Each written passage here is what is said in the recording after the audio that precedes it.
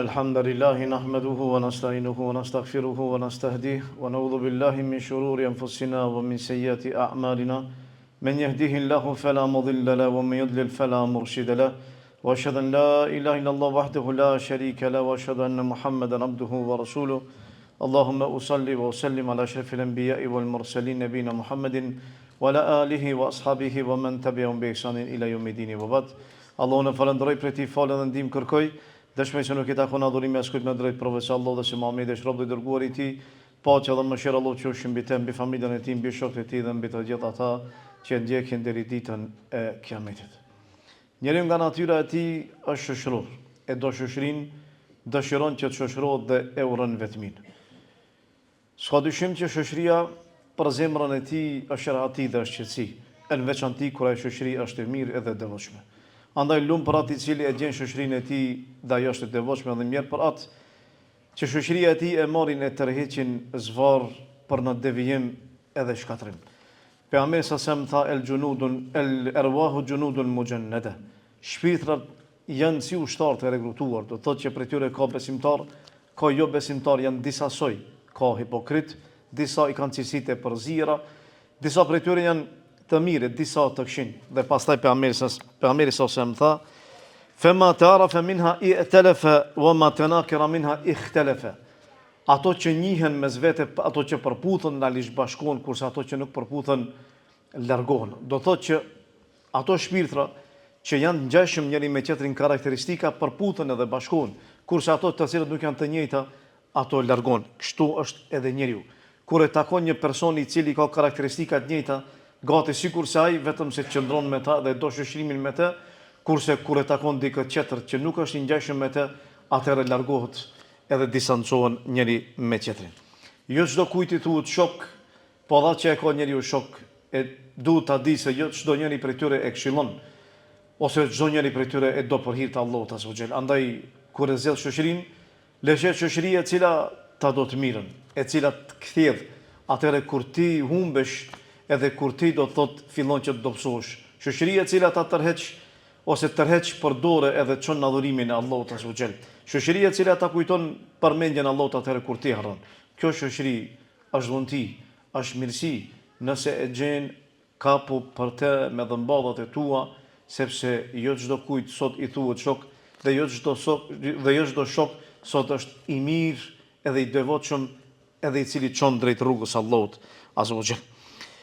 Mos u mashtro asnjëherë me pamje dhe me fizionomi, sepse nganjëherë na mashtrojnë pamjet dhe na mashtrojnë fizionomit. Njeriu duhet ta kuptojë se shoku i tij duhet që të jetë ai i cili me të vërtet ka karakteristika të mira dhe ka veti të mira. Pejgamberi sa më tha el mar'u ala dini khalilihi falyanzur ahadukum man yukhalil. Tha njeriu është në fenë e shokut të tij, andaj secili le ta shikon se cilin po shoqëron. Një shembull më praktik pejgamberi sa ja solli ummetit dhe shokëve të tij që do të tregoj atyre se çka do thotë shoku i mirë. Pejgamberi sa më tha shoku i mirë dhe shoku i keq dallimi ku është? Shoku i mirë është sikur se ai i cili shet misk, kurse shoku i keq është sikur se kovaç. Ne gjithë e dimë çka do thotë kovaç.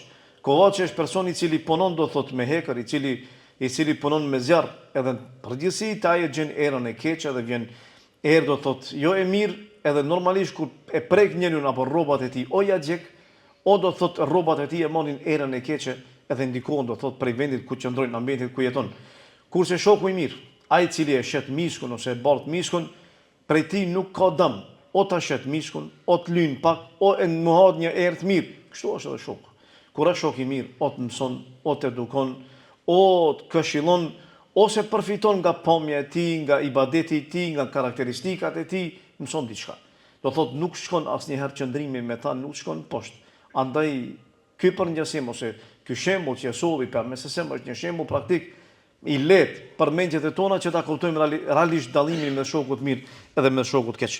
Shoqëria e mirë është dhunti për dhuntive të Allahut azza wa jall. Një prej mirësive që dallohet edhe veçohet dhe që njeriu duhet që ta falenderojë Allahun azza wa jall. Gjurmët e shoqërisë së mirë nuk shihen vetëm se në dunjë, po ato do të vazhdojnë që të shihen në ahiret me lenin e Allahut azza wa jall. Andaj ditën e Kiametit dikush do ta falenderojë Allahun që ja ka mësuar që ta ketë një shok të mirë. Edhe do t'i falenderoj edhe shokët e tij që i ka pasur në dunjë. E dikush do vajtoj edhe do thotë se pse unë i mora ata për shok. Allahu subhanahu wa taala El akhilla yawmaidhin ba'duhum li ba'din aduun illa al muttaqin. Tha shok që në dunja kanë qenë shok, po ditën e kiametit ata do ta mallkojnë njëri tjetrin. Mallkimi pse vjen? Mallkimi vjen për shkak se në dunja e ke pas shok, po të ka shuka e keqe. E ke pas shok, po të ka thratu, dhe të ka mashtru, dhe ta ka mësua dhe ty njëjtën gjë. Edukata jote është marrë prej ti. Kurse në ahiret, normalisht secili do ta mallkojë njëri tjetrin. Edhe secili do të pendohet para që ka bën mirë, po nuk ka më kthim.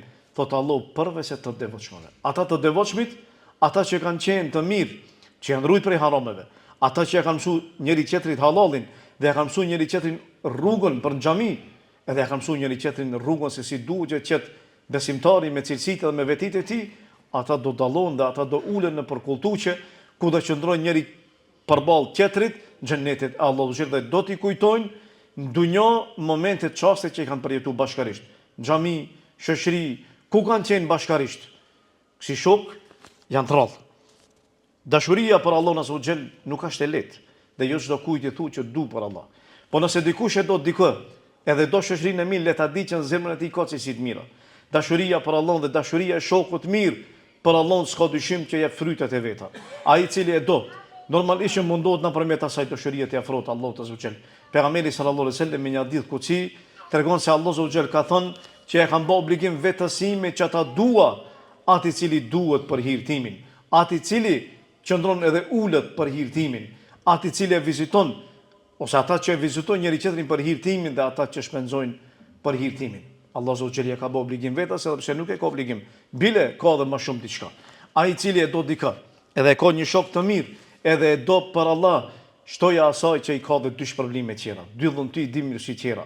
E para, është që ai do të jetë në hijen e arshit të Allahut ditën e kiametit ku nuk ka hije tjetër, përveç se hija e arshit të Allahut azza wa xal. Kjo është e para, sepse atë ditë normalisht 50.000 vite në këmbë, dielli pak më tepër se 1 kilometër, mbi kokat e tona, para më do të tash sa temperaturë, edhe ankosh, po atë ditë, mos flasmi. Atë ditë dikush do të jetë në hijen e arshit të Allahut azza wa xal. Pse ka fitu këtë? Pejgamberi sa më ka thonë, kur i ka përmendur 7 grupe që do të jenë në hijen e arshit të Allahut, një prej tyre ka thonë janë ata 2 persona që duhen për hir të Allahut.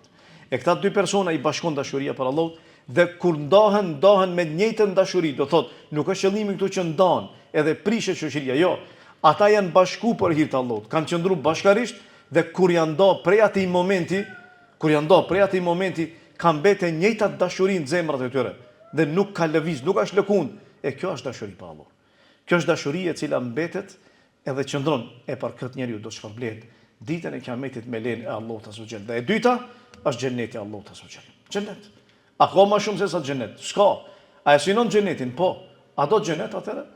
Atëre bëhu shok i tillë. Bëhu shok i mirë, mos u bën tradhtor, mos u bën mashtrues, mos u bën interesgji, mos u bën prej atyre që do dikë shkaku i interesit, ose mos qëndron me dikë shkaku i biznesit, ose mos qëndron me dikë shkaku i diçkaje që është prej çështjeve të dunjos, se nesër ajo largohet, ku largohet edhe shoqëria, e atëherë do mbetesh vet. Andaj nëse nuk ke shok të mirë, zgjidhi ata.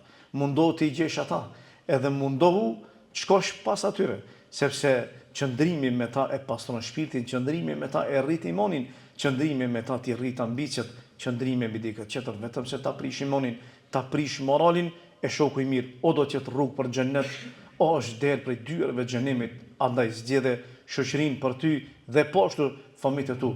Mësoj që ta zgjedhin shoqërinë e mirë, sepse prej shoqërisë mirë nuk ka zarar, kurse shoqëria e keqe dëmton edhe shkatron dunjën dhe ahiretin. E lut Allahun që ta mbrojë nga shoqëria e keqe. Wa qulu qawli hadha wa astaghfirullahi li wa lakum walhamdulillahi rabbil alamin. Alhamdulillahi rabbil alamin wa salli wa sallim ala ashrafil anbiya'i wal mursalin wa ba'd. Dikush thot, si ka mundësi që ta gjej një shok i cili është i mirë?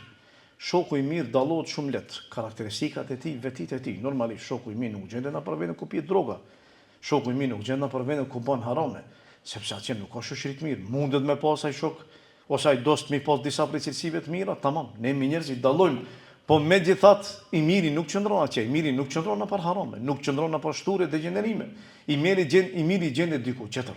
Të mirin ka mundësi me gjetë në për xhami, ka mundësi me gjetë në për mezhlise dijes, ka mundësi me gjetë vende ku përmendet Allahu, ku ka diçka dobishme për shoqërinë, ku ka dobishme diçka në aspektin e asaj që me qenë dobiprurës për tjerë, ama jo vende ku ka haram. E dikush shkon edhe thot vallai s'm bëj shok. Po normalisht, se ti fillimisht vendin e ke gabu. E bas vendit e di edhe kush qëndron atje. Me një vend ku ka haram ti e di se qëndrojnë gjuna qartë. Me një vend ku ka ibadet dhe përmendet Allahu ti e di se çat vend qëndrojnë ata që e përmendin Allahun edhe e duan Allahun. E do thotë që njeriu duhet me ditë se realisht bosullën ka duhet me ecë edhe ka duhet me shku. E shoh i mirë mundet me qenë ai i cili e fal namazin, ai i cili agjeron, ai i cili jep zakatin, ai i cili shkon hax, ai i cili e përmend Allahun, ai i cili dëshiron ta mësojë librin e Allahut, ai i cili mundohet vazhdimsi që të afrohet Allahut azza wa xal, ai i cili ka sukses edhe ka do thot ambicie sepse njerëzit dallojnë, edhe në mesin e fetarëve njerëzit dallojnë, nuk janë gjithë njëjtë. E normalisht që ata të cilët janë fetar dallojnë njëri me tjetrin, në ambicet e tyre, në synimet e tyre. Ka për tyre edhe demela, ka për tyre përtaca, ka për tyre edhe të cilët normalisht nuk janë ngjashëm, po megjithatë, kur njeriu qëndron me ata që kanë ambicie, i rritet ambicia e tij. Sa e son njeriu ka pas ambicie, shkaku një fjalë as ambicia e tij ka rënë. Sa e son njeriu ka qenë pa lëkundur fenë Allahut, shoqëria e keqe e ka shkatruar. Sa e son njeriu ka qenë i kapër për fenë Allahut, po megjithatë ka deviju edhe shkatru shoku i shokut të keq. E sa njeriu ka qenë rrugë gabuar, po shoku i mirë ka qenë sebeb ta marrë me vete ta çojë në xhami, përmirësohet edhe gjendja e tij edhe feja e tij. E shoku është ai i cili tërheq. O për ka e mira, të ngrit për ka drita, o të çon drazon për toke, për ka errësira, andaj ajo që mbetet ti se cilin po zgjedh, mos e zgjedh të poshtrin, mos e zgjedh atë i cili është i përbuzur sepse realisht ai ndikon te ti. Sikurse infektumi që është prej ebrozës i cili prek ta që është i shëndosh edhe pastaj e sëmur, me lenë Allahut edhe kështu ndikon edhe shoqëria te njëri. Prandaj thoshte Imam Aliu, thoshte waqtar sadiku ke wastafihi tafakhuran innal qarini ila al muqarini yunsabu. Thoshte zgjidhe shokun tënd dhe zgjidh atë që është më i miri sepse me të ndihesh krenar, edhe ai ty të bën të ngritur edhe të bën do thotë që ti je krenar sepse shoku nëse dëshiron për me ditë se cili si duket, shikoj shoqërinë e tij. Sipas shoqërisë së tij, edhe ai është i tillë. Nuk ka mundësi një njeri i mirë me qëndruar me atë këshin, sepse realisht shpirti i tij nuk e pranon, edhe karakteri i tij nuk pranon. Andaj besimtari është mirë që të jetë i vetëdijshëm për shoqërinë që e ka. E nëse nuk ke shoqëri, atëre mundohu ta gjesh shokun e mirë. Shikoj ata shokë që i ke. A janë të mirë apo jo? Nëse janë të mirë, atëre kapo për ta me dhëmbadat e tua, e nëse jo, atëre largohu prej tyre dhe gjeja atë i cili është më i miri, sepse në pyetje është feja jote, është edukata jote, është morali yt. E nesër pas vdekjes tënde dije se nuk mbetet asgjë përveç se veprave tua dhe përveç se gjurmëve tua që ti ke lënë gjuna në dunjë, e normalisht që shokët e mirë kanë qenë shkak që gjurmët e tua të mbeten këtu, e ata do t'i përmendin, e ata do të mundohen që nesër ta përmendin emrin tënd për të mirë. Dikush lutet për ty e dikush ta japë një sadaka, kurse shokut keq nuk i intereson fare për ty, as që i bie ndërmend emri yt, e mos flasim për diçka dhe më tepër. Elus Allahun që Allah zot na bën prej atyre të cilët janë shokë të mirë. Elus Allahun që na përmirëson dhe elus Allahun që na mësoj që të kemi shoqëri të mirë. Elus Allahun që fëmijët tan Allah zot të udhëzon edhe të i drejton. Dhe të mësoj atyre që të kenë shoqëri të mirë, shoqëria e cila i çon ka xheneti e jo ka xhenimi. Dhe elus Allahun që të na falë dhe të mëshiron të gjallë të vdekurit. Wa qulu qawli hadha wastaghfirullaha li wa lakum walhamdulillahi rabbil alamin.